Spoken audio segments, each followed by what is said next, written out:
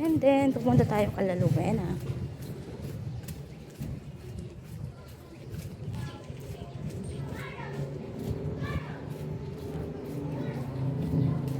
Tao po! Tao po! Pumasok na nga tayo sa loob mga kabisngit dahil nga ang taga ni Rowena. Pasensya na sa abala ay nakatulog pala siya. Kinuha ko na nga pala yung mga ipit na in-order ko. Ay mali, hindi nga pala sa akin yan, sa friend ko. Bumili nga pala siya kay Rowena. Kung naghahanap na pala kayo ng mga ipit or burloloy sa ulo ng mga anak nyo, eto nga pala yon, murang-mura lang. Mga kabisngit, maganda nga pala yung mga gawa niyang ipit. Kitang-kita nyo naman kung gaano kaganda, diba? Tsaka mura lang yung mga kabisngit. Ang pahinihintay nyo, magugustuhan nyo ng mga anak nyo yan.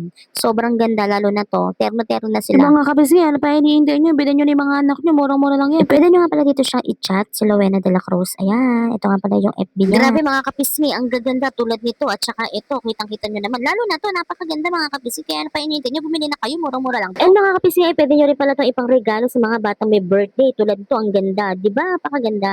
사랑을 했다 우리가 만나 지우지 못할